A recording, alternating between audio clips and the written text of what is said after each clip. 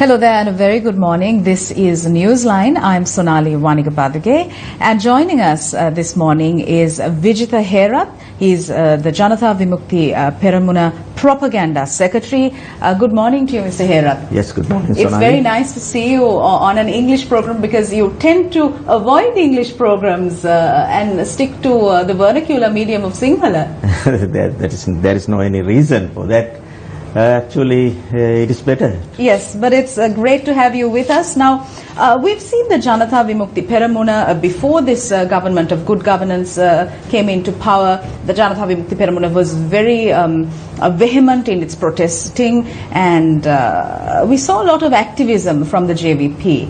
But this time around, the JVP seems to be rather silent. Your leader, Kumara Dissanayake, is also silent. Is there any reason for this? Are you happy with the change that was brought in? Actually, that is not correct. We are strong and we are doing our politics in a proper way.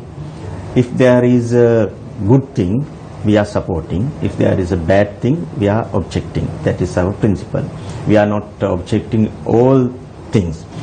During the Rajapaksa regime, actually in the end of the Rajapaksa regime, we did our strong objections in the parliament and out of the parliament.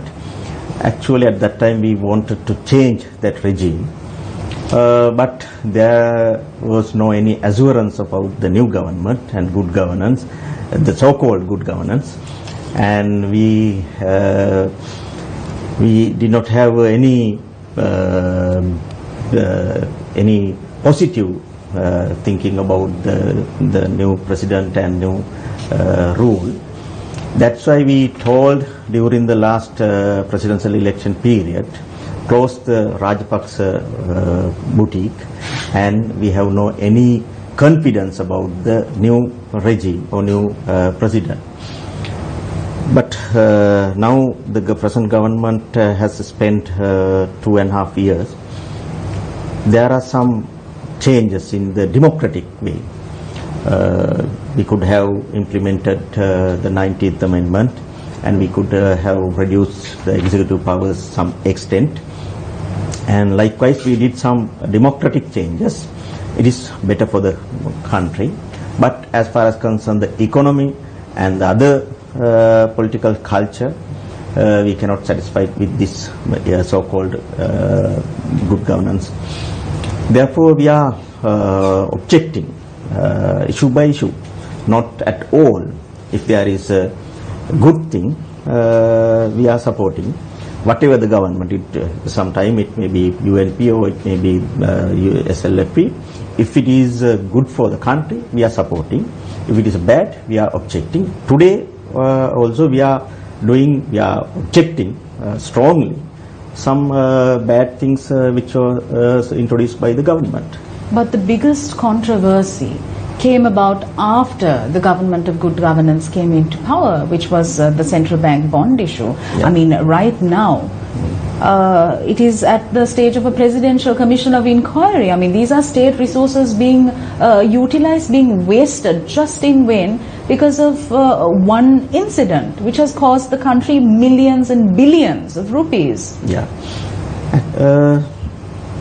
As you mentioned, we were the party first of all to object the bond issue, the central bank, and our parliament member Sunil Hanunetti, he opposed the bond issue first of all.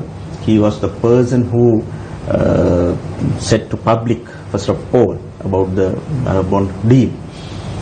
From that point, we objected and we raised so many times against the bond deal.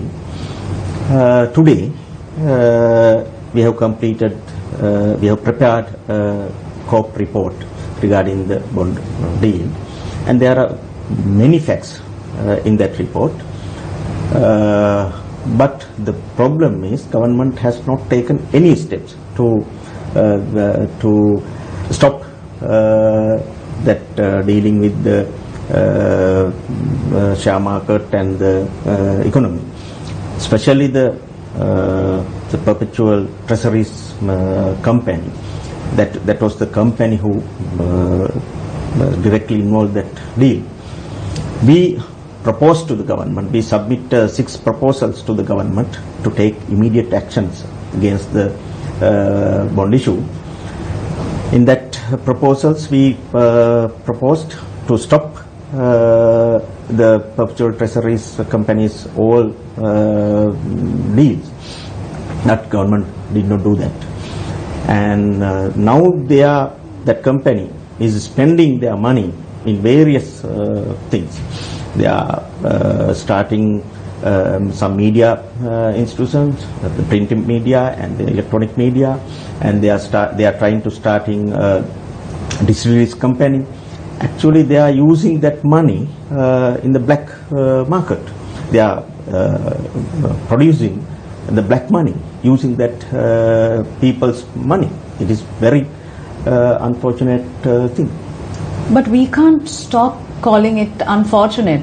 Yeah. There can't be a culture of impunity. Yeah. Now, a stop to alcohol was one of the key promises made by this government also. And the Sunday Times recently reported that Arjun Aloysius's liquor producing firm WM Mendes & Co. has proposed to construct a distillery at Kalkuda in the Batticaloa district. The official website of WM Mendes & Company shows the chairman of the organization is Arjun Joseph Aloysius. Now, as the Janatha Vimukti Peramuna, Mr. Vijitha Herath, how do you view this? I mean, what is this culture of impunity that we're looking at?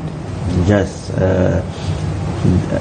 not only that, the government is going to give that distilleries company the more concessions.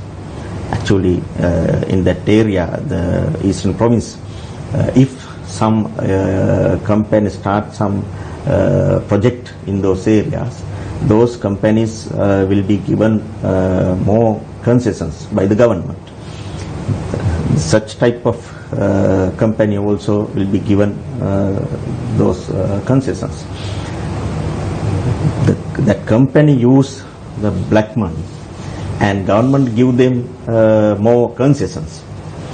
Then they produced alcohol and they distribute among the people, especially who are living in the eastern province. Most of people in the eastern province are Tamil and Muslims, and they were the war affected people. Now that company is going to use that money to produce the alcohol and distribute alcohol among the people. It is a deteriorating of our culture also. Not only the political culture, we have a Sri Lankan culture. Using that money, they are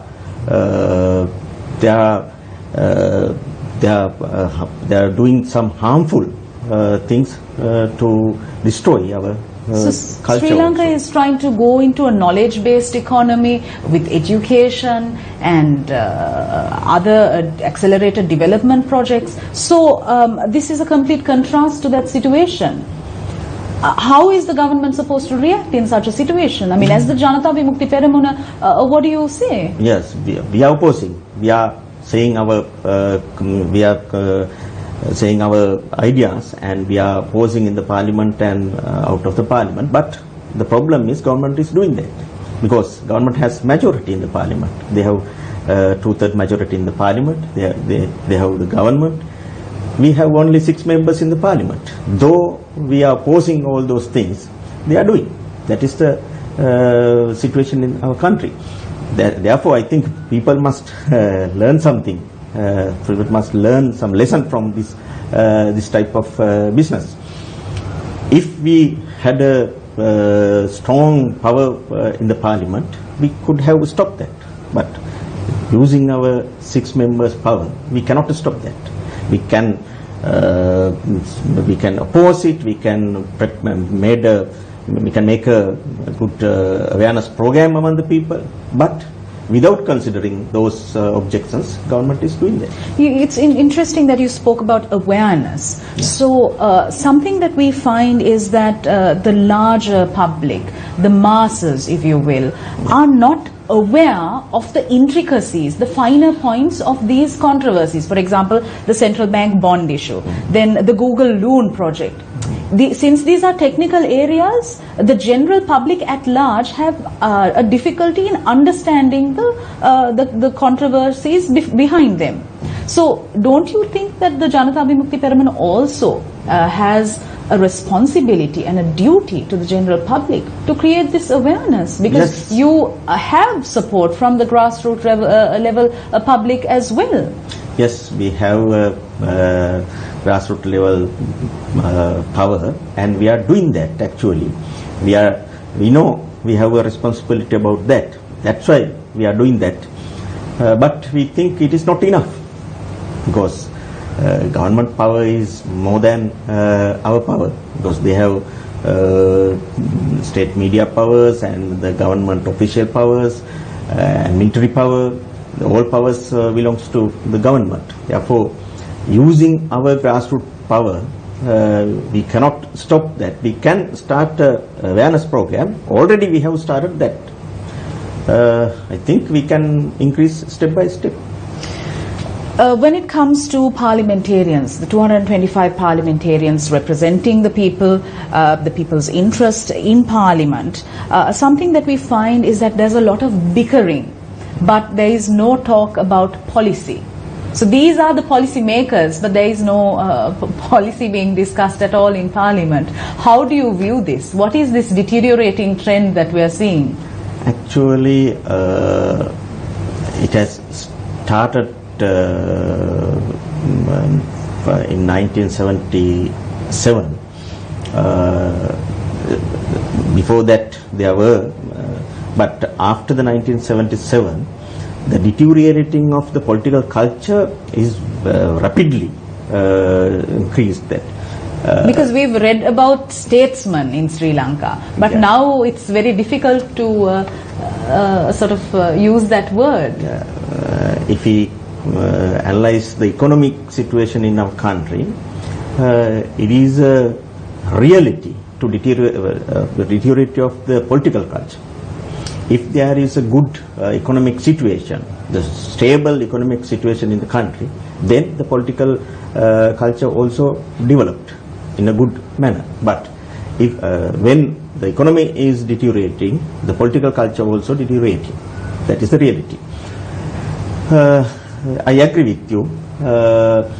Our political culture has been collapsing and deteriorating day by day because of this market economy. Yes, but we do have a wealth of individuals who are very knowledgeable, who are professionals. Yeah. So why aren't they in parliament?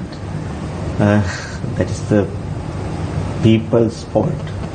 If the people of our country could have selected the proper person to the parliament, I think we will not hope such a situation in this parliament. That's why I explained you earlier. The people also has a responsibility. They have a responsibility to select the proper person to parliament.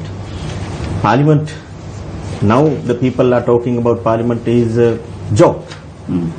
But who vote for them? The people voted for them. The professionals and the intellectuals are in the outside. They are silent. They have no power. For example, representing our party, the former Auditor General, Mr. Maya Dunne has elected for the parliament. But from the national list. From the national list, yes, not by the people. Yes. But people did not vote such a person. That is the unfortunate political situation in our country. Therefore, we have to change the economic system and the political system also. And without changing the economic and political culture, we cannot hope such a good situation.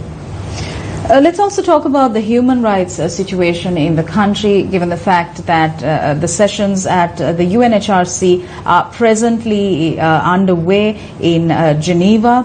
The state has been asking for a 2-year period to complete its responsibilities under the resolution.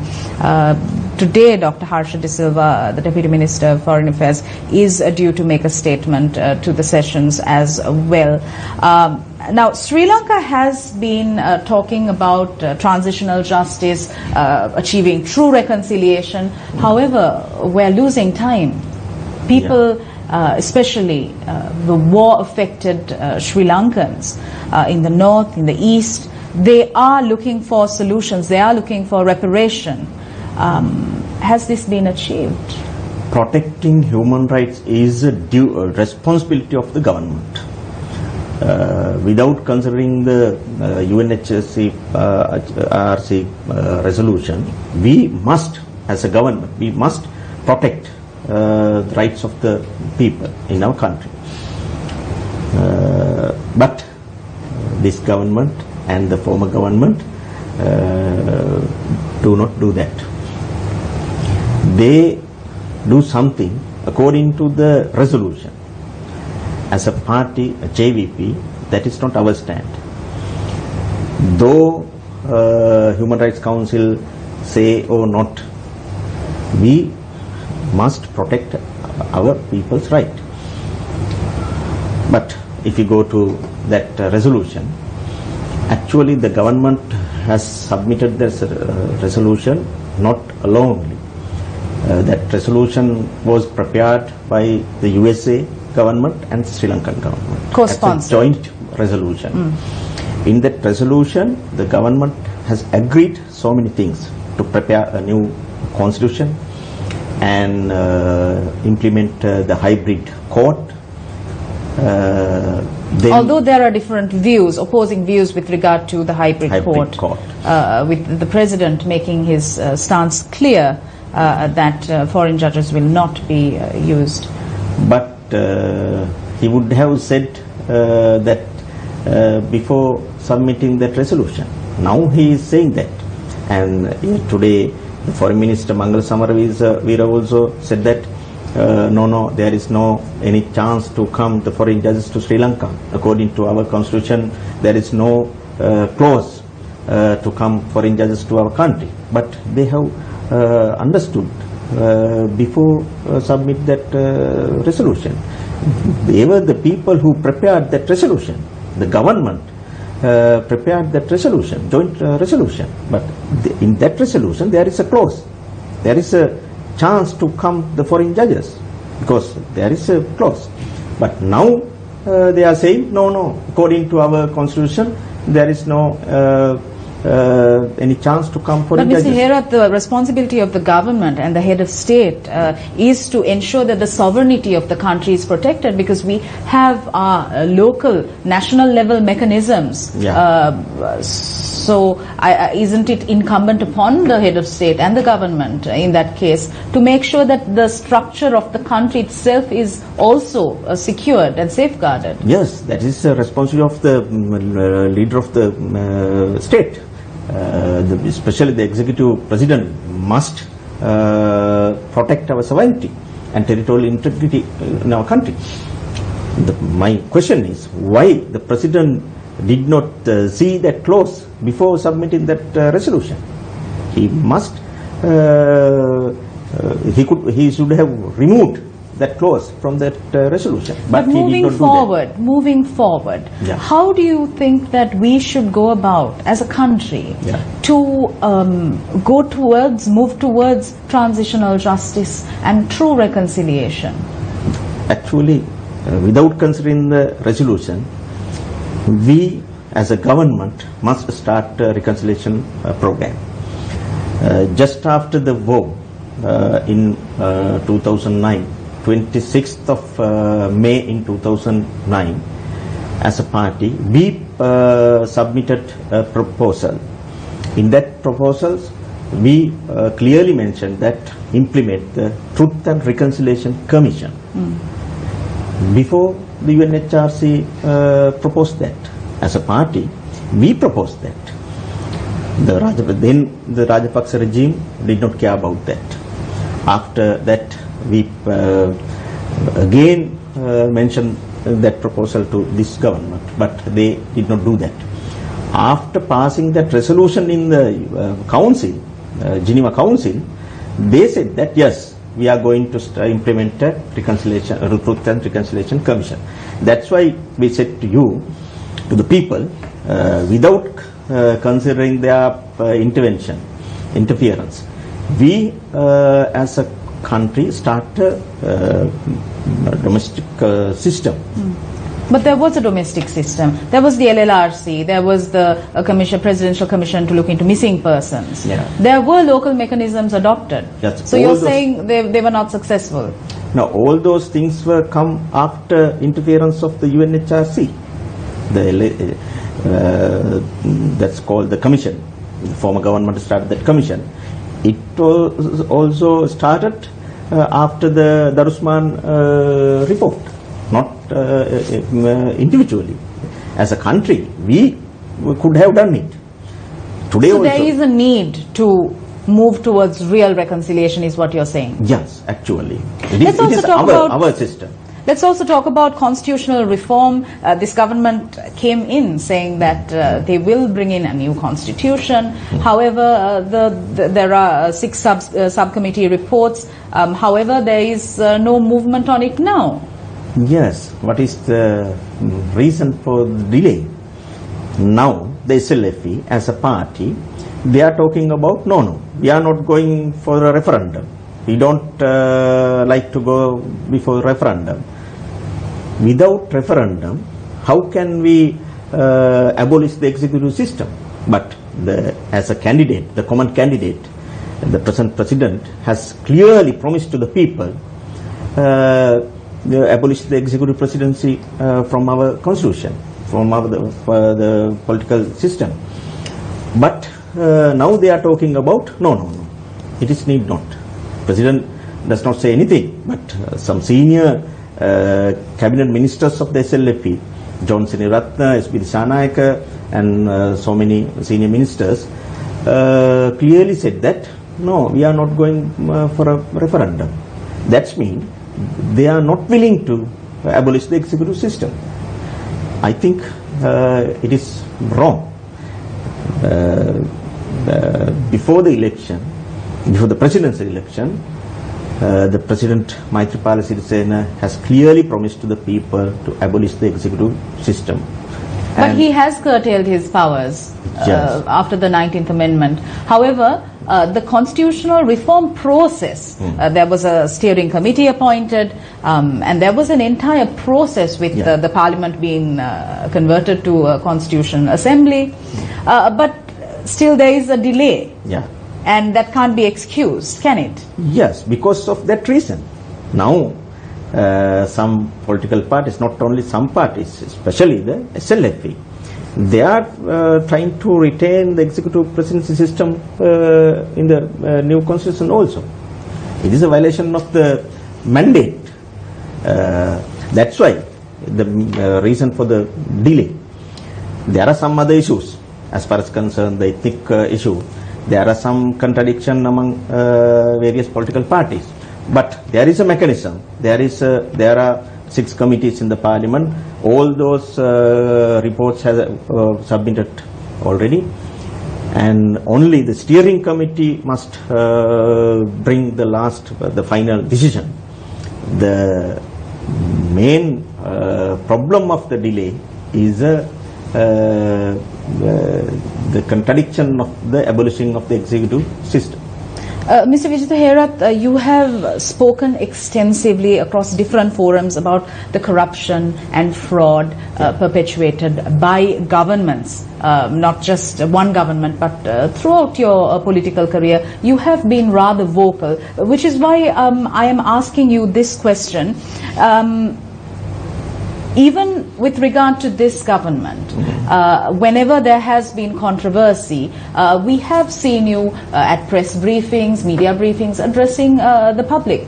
Now, my question to you is, there are moves to suppress the media, even today. Although the 19th Amendment to the Constitution, in the judgment, the judges of the Supreme Court clearly stated that it was a violation, one particular clause in the draft bill was a clear violation of the people's sovereignty.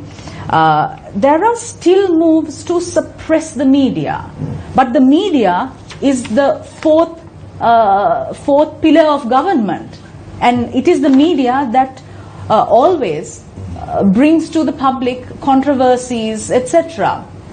How do you view this, and what should be done to make sure that there is no media suppression? All governments of our country try to suppress the media. At the beginning of the government, they are very familiar to media, but day by day they are starting their objections regarding all media, not only the local media but also the international media also. That is the behavior of the governments. This is happening today. That's why we proposed to implement the independent media commission. If there is an independent media commission, then they can take decision and they can control how to behave all types of media and how to protect the independence of the media. We are not believing after implementing the independence commission all those things will be finished. No, but some extent we can reduce. But government did not agree with that. In 2001, I think the probation government period also we proposed. There was so many commissions, independent commissions, judiciary commission, state commission, police commission. Likewise, we proposed to implement the independent media commission. Today also we are proposing that if we can implement the independence media commission, then we can change that situation in some extent, not at all. But you agree that there are moves to suppress and shut down the voice of the media, which is in fact the voice of the public. It can never be done. Though government, all those governments are trying to do that, but it can never happen because the voice of the people cannot stop. That is the reality. That is the truth. Thank you very much for joining us on Newsline, Mr. Vijitha Herath, and indeed a pleasure to have you join us on an English program. Yes. Thank you very much. With that, we wrap up Newsline. We'll see you again tomorrow at the same time.